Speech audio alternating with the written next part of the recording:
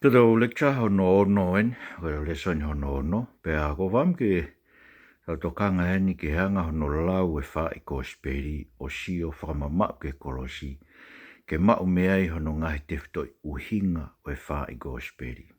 Aia, koe o ko vam ke whakamahino au bito, koe ngai talanoa koe Faa'i Kosipeli o kamata bemena o kamata anga tafe hake, pe aloa koe ke wike tapu kumata ke māmaharie, pe aloa ke pekia ku lau hoa, pe mahino lewe ke te tau tau tako mea tō gai whamamafa ai kau Faa'i Kosipeli, ke mahino ke te tau tau le mahu inga o e pekia e kasi sukalaisi pa moene toi tuu. He kohono uhinga, o toki lawa ke mau i he pekia mo toi tuu a kasi sukalaisi ai uhinga to tonu, o e ngahi talanoa ko tau pe mo ngai mea ko tau pe kwhai isi isu. Ranga pe nea no whauhinga i goe ngai talanoa Faa'i Kosipeli mo aksiasi, pe a bade mo whakau geai na whanonga koe si sui māmaini me ka apostol na kai pe mahino ko te nau tole ngai Kosipeli. Ai Kosipeli koe na maranga e si isu, pe kai ke mahino mo si isu, pe kai ke mahino mo ngai mea whai si isu, na amono talango e si isu ke te nau tolu tua tolu no talange, e au i seu sare mai whama mahi pe pekia pe toi tu, kai pe mahino te nau. Nta koe mahino ko toi ngai mea ke te nau tolu, hiri e toi tu a eko si isu krasi. Bene behe, o tāmo tau toke tau lau maupe ai ngai Kosipeli e whā. O mahino ko honau uhinga, te whitoi uhinga e mea koto pe ai ngai whai ako, ngai whai mana, ai ngai kapuste e volo, ngai mea koto pe a sisu. O ku whai he tā noko e Kosipeli, o ku hanga koto pe ia ke whai honau whakakakato, mi he Kolosi, me ne pekia, mo ne toi tuu. Sai, o ku whamereo ke tō mai ke te ki tau tolu, i he me ngahi tānoko e Kosipeli ngahi tānoko, i ke tawanga whakasipinga a kia. Pe wanga whewhi, aia koe whotunga koe te tau whai e peheni. Tau tō me whi tāno me Kosipeli, pa tau sio ke toe ngai whakawho o, tau te whito ke ngahi ipseri. Pe wanga whewhi ai mahino ke moaksiasi. Aia, koe ipseri, koe angai, koe tohia ke ngahi moaksiasi koe e whakawho o. Wanga whewhi no mahino i e te ngau tolu. I he māma o Kolosi e ngai mea nei whai si isu, ai talanoa ke ngai Kosipeli. He hangai piko mena tau lauet ke mo e tau Lesoni ki mo atu. Nā ku pehe ai. Pe taimi ko tōpe ulaua i he ngahi e moaksiasi e talanoa e Faa'i Kosipeli. Nā nau whakauhinga mau aki pehe ia, ai ngai mea koe ni nau osi mau me no malanga aki o Kosipeli ki te kina toa apostol ko Paula, pe mo mea nane tohi atu i he ngahi tohi, ma ngahi piseri whakatolika, ai koe ngahi piseri a koe mea he pelu, se he misi, o whai ai ki he toenga, o e whakawho. Sai, tau kamata me he lau ko si isu koe ono alo i mai koe tu ia, o e pure anga tae ngata e oto. Manat koe mea koe na tala koe e angelo e ke pareri ke mbere e luke vahe wagi vesi tolu wa me tolu e hoko to taha koe lahi, e lau e koe alo e tau potu e whaki a te e ki koe o tua e taloni ne kui ko te vita pe te ne tu i ke hako o se ko pe o lau i kuonga pe a koe ne pure e i kai ngata. Wanga me wherewa mahino ke moaksiasi ai māma koe pure anga tae ngata e haere mai e ko si sukasi ke whakotuu. Wanga whewhe ne mahino ke te kinau tolu i hono whakakakato i he Kolosi ke pekia mo te tu ai ko si sukasi. Ta mai Kolosi vai raki vesta hatolu me ta whaa ke te tau tolu. Ai ne a whio, ai ko whamatarani ke otua. Ai ne a whio, nane ha muski tau tolu me pure apo uri, mo ne hiki tau tolu ke puranga hono alo o whaanga. Ai ko puranga tae ngata, mahino te tau tolu koe pure anga ia o e otua ko ange koe pure anga hano alo o whaanga. Hiki ki tau tolu me pure apo uri, e ku whanau e taha ko toa peo ki tau tolu, i he pure anga e po uri o whakatau ki mala, whakatau ki heri ai pe.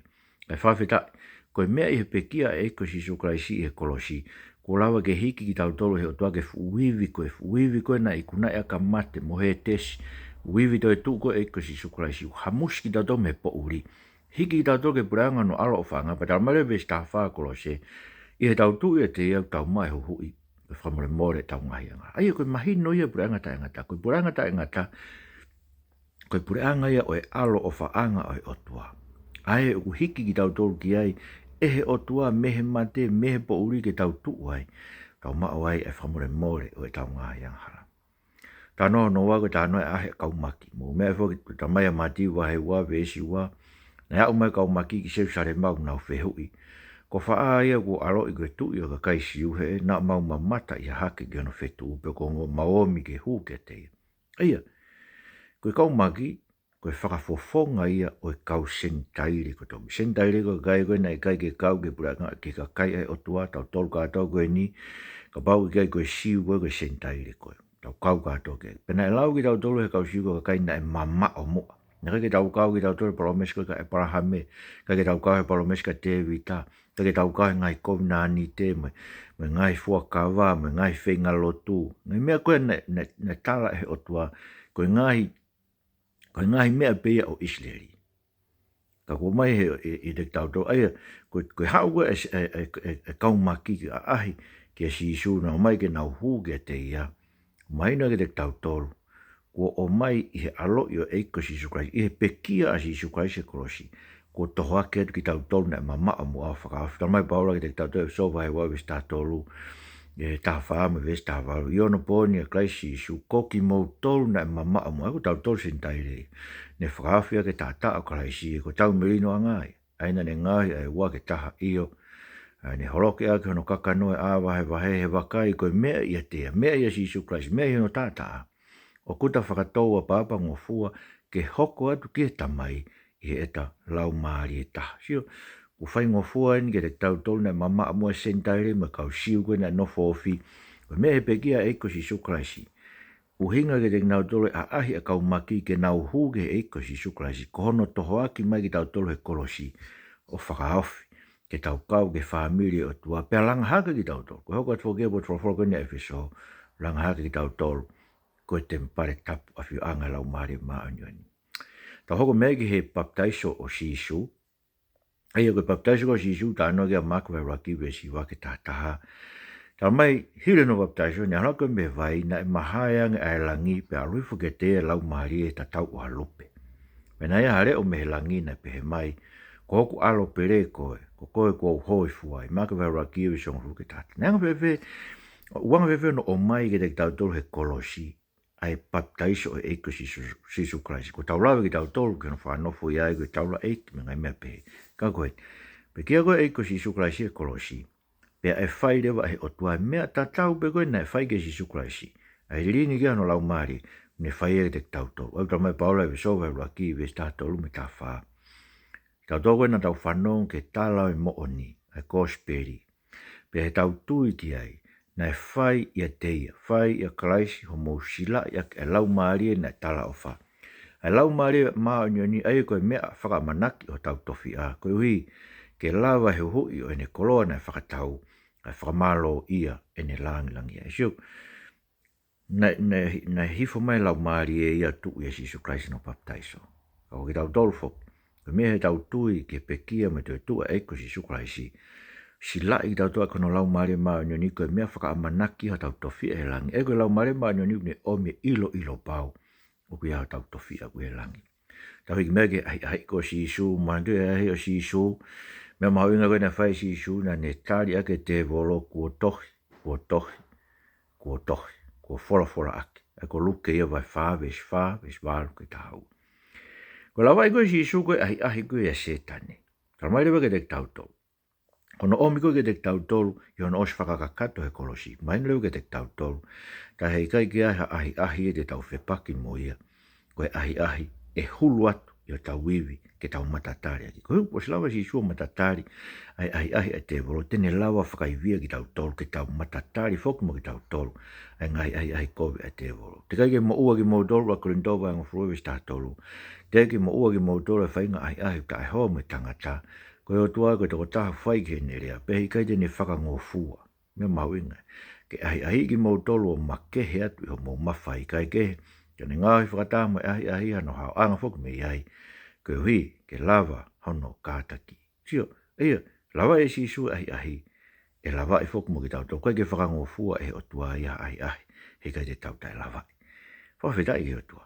Sio, kono o mai e ke te tau tolu. Hiri i kuna i goe te volo i he Kolosi. Whewheka push te volo a Sisu mo e tui a te volo. Aia, ko whamke ki kongo i niki tau sio ki mea kui koe tui a te volo.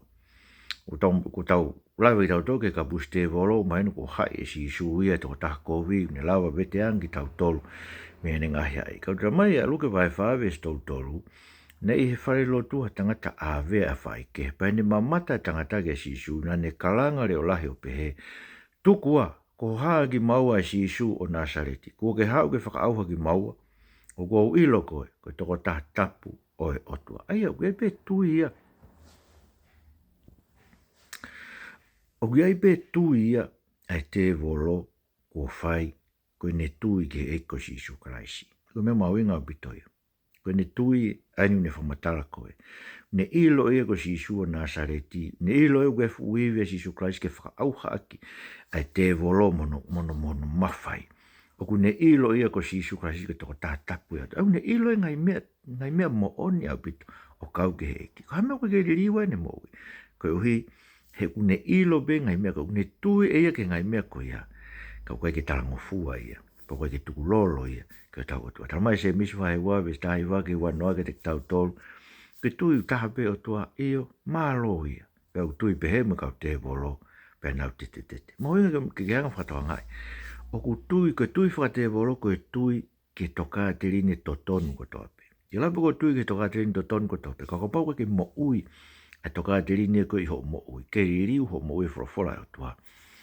Hange pe ko tui a te volo ko tui mate pe he kupau ke whakakakato e tau tui whakahauhau e tau tui me he tau ofa ke tau ngai kau ngā whanonga ko tope tau pole tau hiki mea ki he taranoa koho no ui e si isu e kau tau tai tangata me taranoa ko ia luku vai ni ma na wo koe mo kupenga o se maranga e si isu pene eke at pena na uri kupenga tangina na aho ia te pe maha mea na tatahat ke lolo to tang si isu uri e kupenga ke mata upe e neola taramai na nau fi e fena nau oho vare pa nau peanga si isu hifot mo koe me mau waka e na nau kau whatahai a pita mo ante lu se mismo sione o mo foha ko se peti pe tangrewa si isu ke te nau to taranga Simon o e mana wahe me taimini te ke pō tangata luke vai ni mawe so wang whewheo no o mai ke te tau tole Kolosi a whakakau te ke hoko koe tangata o ke tau tai tangata ta mai paola ke te tau tole okurin tō vai wha vesi ni mamo e ono tala hei mau maranga aki mau tō ikai mau maranga ka kaisi isu koe eiki ko ki mau tolu ko mo kau tama eko si isu ko duai na ne folofola e ulo mai ha mama me po uri pe ko ia ko ne ulo i mau loto ko uhi ke ai ha ulo atu e ilo ke langi o toa e fofonga o si Isu Christ ai to maranga ki to si Isu Christ ka hanga he o toa ia ave Kosipeli ki whakatau ke loto e kakai o ne folofola e loto po uria ke ulo ha mama ko i ha ulo atu o e mama e fofonga karaisi e loto ko topi ai ko tau tai tangata ia whai ake pe Kosipeli ka whai e o tuano whakamama'u e Kosipeli ko ia he loto o e kakai o nau whanongo ke tau maranga ke Kosipeli. Whewheo na ui koe si isu koe ke fua Kolosi mā ke wahe walu ve stol whaama tol ni mā. Ne ui ange ne kau ako pa ne pehe ka tāku whemui mui mai o kulahi. Mā tua ke hange ha māte aki pe ke ne fua hono Kolosi pe ke ne hoko ko kulahi. Mā ke wahe walu ve stol whaama. Wang whewheo na o mai ake te tau tolo he Kolosi. Ta mai ko whawhara ina si isu e whakawa hei wawe songa fulu ke siaskoi Philadelphia. O te mana wahe, ngai mama e hoko kia te koe, e te uri koe, ke siasi karaka, siasi o si mana. Te uri ho mo nihi te vologo mo ahi. Pe te mo ua, mamahi ia aho ngā fulu. Ka ke pikitai ke te au o au ke he mate. Pe te watu ke te koe, e kalauni mo. Isio koe fua Kolosi, koe pikitai ke e ki niongo ngai whamamai, niongo ngai whatanga, niongo ngai maaki whakamate, niongo ngai lau kovi katope, niongo tu nuku mai mate koe tau piki taige eki, koe fua Kolosi, koe piki taige eki o ke mate, petene omi ke te tau tola kalauni e mo ui. Tau hiki eki mea ke whamaa koe si sui tempare, o matini whamaa koe tempare senu wahe ua, panamau eke anga pe koe haha whaka ilonga o ne whae ngai mea ni pa whaforanga si su. Holoki whare tapuni, pe te tue whakotu ia aho ke tolu. Ka taramai ko ne rea behena e kau ke whare tapu kono sino. Pe i hoko no whakotu e me pe kia, manatu ne kau ako ne rea pe pana tui ke whorofora mo rea ko whai sisu. Aia, whewhea no o mai whakaukau koe holo ke whare taputa whakotu. Ia no aha tolu o aige te tau tolu he kolosi. Ta mai loa pita vai waves whaame ni ma. Tau ununu koe ka sisu kraisi ke Fakamama'u ko ia. He tau tui ke ai. Ai maka na whakatare i he tangata ka he awhia o toa koe maka tau ngā whiri koe Fakamama'u inga. Moutu ke langa hake ki moutolu foke koe koto Fakamama'u mo whare whakalau maari e. Ke mohoko koe tunga taura i ki tapu ke atu whilau lau whakalau maari e ai o hoi fuai ai o tua. Ia sisu kraisi. Aia, koe whakakaukau koe ono oi holoke te mbare pa toi whakotu iri no atolu. Koe langa hake iau ki tau tolu he Fakamama'u koe. Maka ne whakatare, e kono holoki ne whakatare i maka. Whakatoe tu e maka, maino e koe maka fungani, koe maka taunga whiri, koe Fakamama'u inga. Ta mareo e pita ki tuke langa hake ki tau tolu ki tau hoko e whare whakalau maari. Sio, koe tempare tapui. Koe tempare na toe langa hake hire toe tu a sisu. Asiko ki tau tolu. Langa ki tau tolu koe whare whakalau maari ki tau hoko e tuunga taula e ki tapu. Atu whilau lau whalau maari ai au hoi fuai o tua ia sisu Christ kainga. Ua ko tau tefto inga ai tau langa whare lotu. Ka tau tefto inga awe koe langa e kakai. He ulanga sisu e ano kakai kono whare whakalau maari. Koe whewhere wai ako naka sisu ke whanau fo ou. Mega na whai koe ka niko timasi. Ta ingo sisu ka niko timasi longa ia kai whanau fo ou me o longa. I gai ten lau ke mamata ke pranga e o tua. Peta hangarewa niko timasi. O lau whewhe ke whanau i ha tangata ka kua matua. Ten lau kua ke toe hu ke manawa ne whae ke toe whanau. Senu wai tolu e bes tolu ke wha. Sai, wang whewhe no o mai ke te tau toe whakaukai whanau fo ou. I Kolosi e Kosisu Kraisi. Se misi wa raki bes tāwaru ta mai rewa se misi. Koe uhi kono whina ngalo be o ona. Na ne whakatupuai a ki tau tolu. A ke wholofola e mo o ni koe ke tau hoko koe polo to kua. Ngai mea kone ngaoi. Mawinga bili ke hanga mampu whatonga i.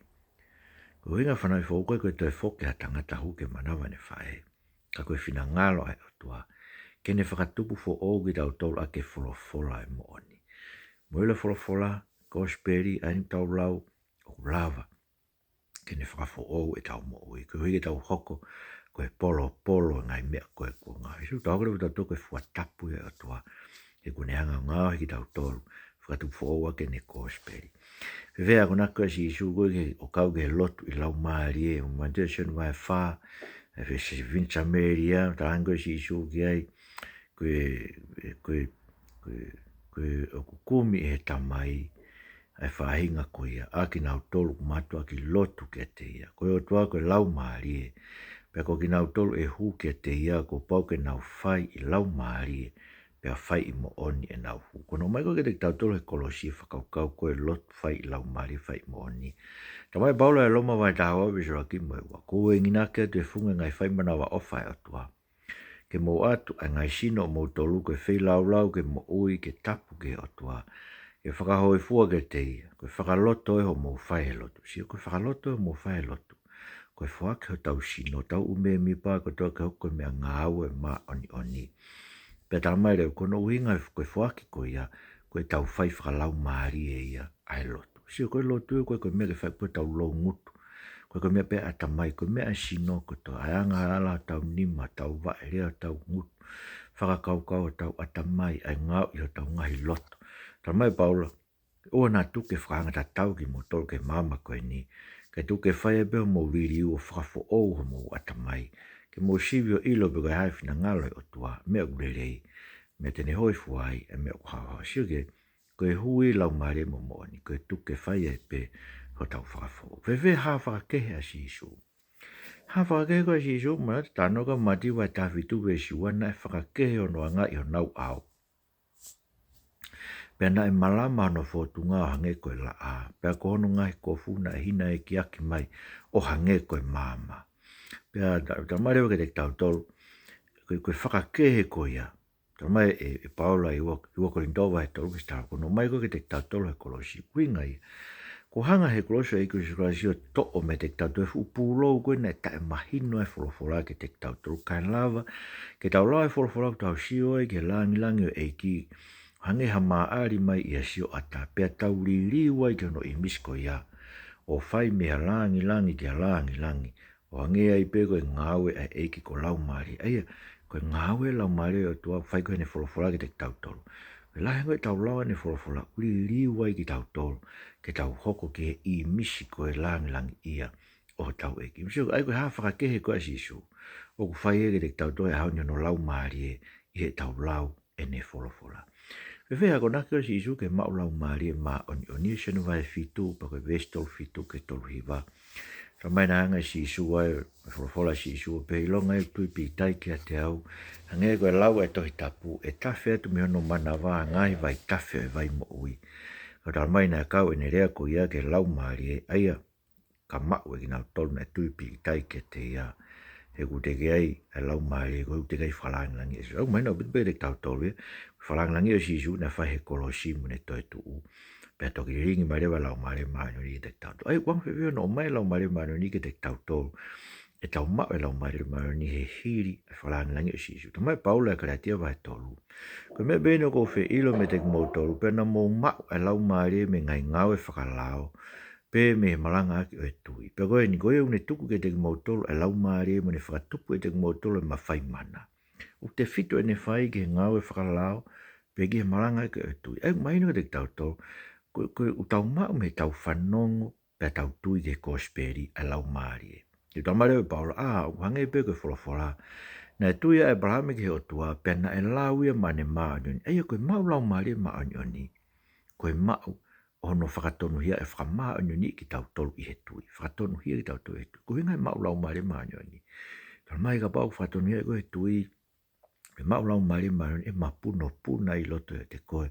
E tawhia tue me te koe koe koto ofa, koe fua lau maare maanyo ni e hae e ho moi. Koe whao si rewa.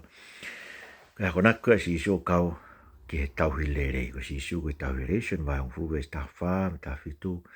Mai si iso kua koe tauhi lerei, te ilo ngai mea ata. Ilo kita ngai mea ata, ngai ilo e tamai, ilo e tamai e au. Peo kou atu e kumo ui koe koe whangasipi. Tamai rewa ki te tau no mai koe ki te tau tolu I e Kolosi. Tamai koe lau na paula ia ngāwe vai wanoa visua walu, mai wahiwa.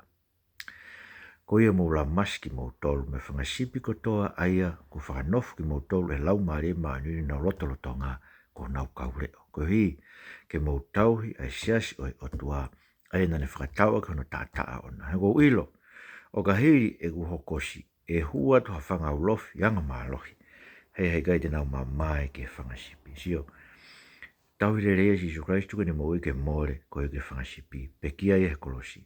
Ui atu ki tau tolu koe kau tau I sipi. Ko hike tau tuku e tau mo ke more ke whakahawhi ai whangasipi ai otua. Ai na ne whakataua kono tātaa. O ona. Ke tau hanga tau hi o malu ki nau tolu. Me he hu mai ha whangaulofi. Ke nau hanga ave ki nau tolu. Koia, mahu inga. Koe anga e koe whakasipi ngā tue. Ai anga hono o mai ngai tala noe Faa'i Kosipeli ke te tau tolu. Whakatau mai ke te tau tolu he Kolosi e kasi sukraisi. Whakatawanga me to konie ke te koe. Te muto peu ke laua ngai tala noe ngai Kosipeli. Whakakaukau ke toe ngai whakau fo ou.